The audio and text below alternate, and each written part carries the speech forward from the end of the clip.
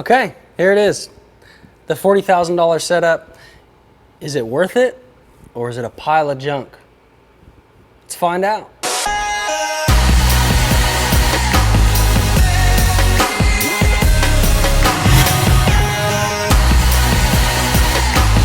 So the real reason why I got this camera is honestly because I just wanted to take Instagram photos with it. That's it.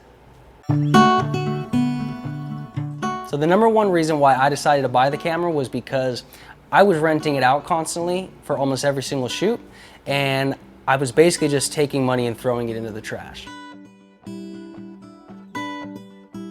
And the guy who owned the camera decided he wanted to sell it, offered me a crazy deal that I just couldn't say no to. Reason number two was because I could now rent this camera out, and I saw it as an investment. So not only am I saving $500 every single time, I can also rent this camera out for $500 a day, and now I have an asset. Now I've just created another revenue stream for myself to where I can rent this camera out, and now I'm making money without actually even having to be on set.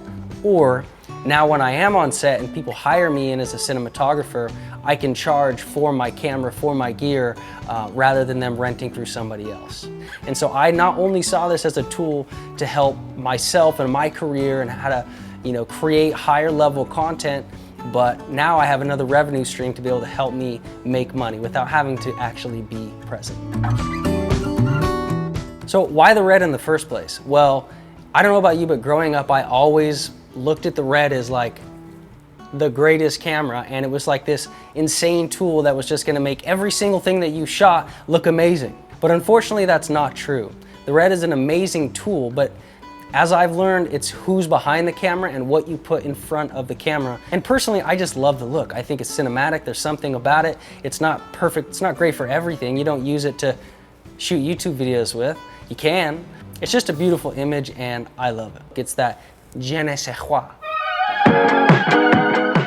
They use this camera for feature films, they use it for commercials, they use it for advertising, they use it for all sorts of things, and I think people are used to seeing this type of look, and clients are asking for it more. They know about the Red camera, even if they don't know anything about filmmaking. They know that the Red is a reliable look, and they know if somebody has a Red that they're going to get most likely get a high-end product. They'll ask for it, or they'll request it, or if they hear that you have it, it just puts them at ease. And so for another reason why I wanted to get this camera is so I could step my game up as far as what type of clients that I was getting, and then also with the current clients that I have, maybe being able to level up, because it's a game changer. Not that many people, especially where I live, have a Red 8K camera, and it sets you apart. The name goes a long way. Everybody nowadays has a camera. Everybody has a Sony or a Canon, and anybody can just pick up a camera and start to create content, which is incredible. And our industry, in my opinion, is just gonna get completely dominated by this DSLR world, and it's just gonna get more accessible to more people. And what am I doing to stand apart and have something different and have a leg up on the competition? That was another factor for me in saying to clients and other filmmakers that I have an 8K camera, and that is very rare, and not that many people can say they're gonna shoot your content in 8K. So now I'm not just any dude with a DSLR camera. This camera is reliable.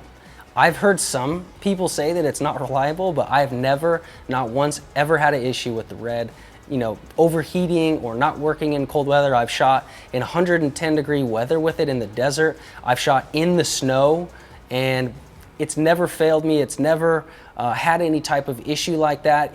We've dropped the camera before.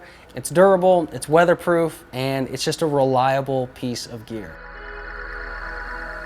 One of my favorite things, and a big thing for me, was being able to shoot RAW. The RAW workflow, it's awesome. Not many other cameras can you go back and change the ISO and the white balance of your image after you shot in the editing system. Now, I don't use this constantly because I try to make sure that my shot looks perfect when I shoot it, but a lot of times it can save you in certain situations, or just making those minor tweaks without having to, bake in a color or bake in an adjustment into your footage. You can actually change that raw setting, and that sometimes, it's just incredible. It's just an awesome thing to be able to have when you're editing. So let's talk frame rates. I can shoot 8K at 60 frames per second. That's nuts. And the 120 is in 4K, so I can shoot 4K at 120 frames per second, and I can shoot 240 frames per second at 2K. Not that many cameras are able to do that.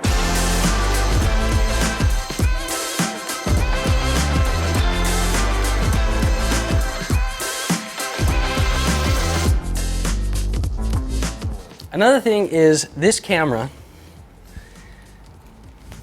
just feels great in your hands. It has some weight to it. It's not like these tiny little cameras that you're gonna see and feel every single shake. You can put this in your hands, you can put it on a shoulder rig, and it just feels sturdy. I'd already mentioned it, but another big reason was I want it to be future-proof. If I shoot things in 8K, my footage is future-proof and the camera's future-proof. It's not gonna be irrelevant in a few years. This camera is gonna last a long time. It shoots 8K. What other camera does that right now? And I think that the way where things are going, we're going to have 8K TVs. We're gonna deliver an 8K at some point. In maybe it's 5 years, maybe it's 10 years, but all my footage is future-proof, the camera's future-proof, and I remember when 4K was crazy, and we didn't ever think that we were gonna deliver in 4K. Now every single TV is 4K. My mentality is act as if you were getting those jobs, and be prepared to be able to rise to the moment. So guys, does everybody need this? Absolutely not. But there is no denying that this thing is an amazing shake weight. This is an incredible tool, but what I would say is to master your craft, hone your skills, and learn how to create an amazing image with any camera, and then when the time is right, you can pull the trigger and level up. All right guys, I always have some sort of gift or surprise at the end of the video, and for this one, everybody who comments on this video, I'm gonna select somebody randomly, and if you can get to San Diego, I'm gonna take you out, teach you how to use the Red, let you shoot yourself, and we'll go shoot something together and create some amazing content. So make sure to comment, like, subscribe. Love you guys, and see you next time.